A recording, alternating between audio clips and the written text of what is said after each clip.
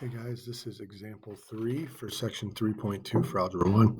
And what we're doing here is we are going to try to figure out which one of these would have a graph of a line. In other words, which one is a linear function. So obviously the easiest way to do this, you can go right to Desmos and just plug in each of these separate equations and make sure you get out a line. Now, and it cannot be a vertical line. Now, the other way to look for it is you just want to make sure you have y equals x in a typical fashion. Now, what I mean by that is you could have a number times x and a number added on to x, and that's it. That is all that can happen to x.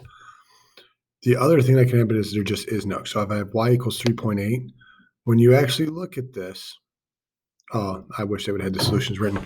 When you look at the graph of y equals 3.8, you're going to end up with a horizontal line. So if you have y equals a number, you do have a linear function, okay? If you have y equals the square root, see how there's something happening to the x? It's not a number multiplied by it. It's not a number added to it.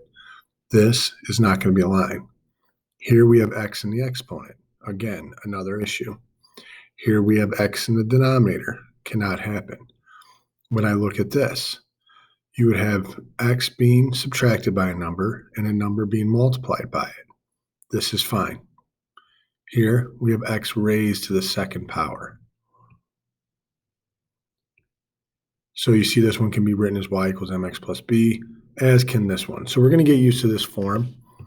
Some number times x plus or minus another number.